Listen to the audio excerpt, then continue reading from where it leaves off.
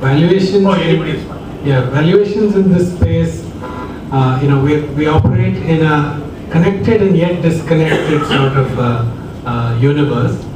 So there is a universe of impact investors. At last count, there are about 19 such impact investors operating in India.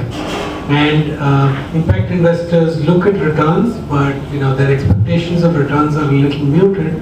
But they also have expectations of a social return that you will generate.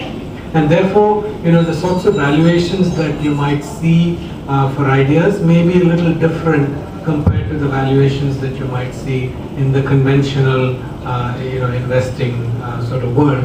And Umesh, feel free to jump in because you've been associated with some of this stuff and have also a perspective on it. So we're not completely different in that sense from the conventional investing world, but the ticket sizes are smaller, the valuations are a little different. The sorts of things that investors look for also are different. They're not only looking for a financial return, they're often also looking for a social return and social reporting, continuance of mission and so on and so forth. But Umesh, do you want to add to that?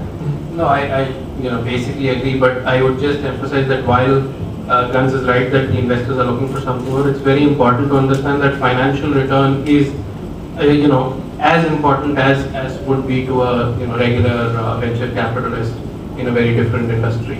So the message here is no compromise, no apologies because of what you do and where you do it. There is just a heightened responsibility.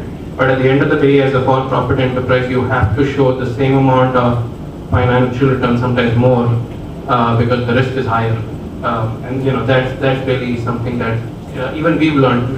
We are right now trying to raise some money and doing the rounds and talking to a lot of investors.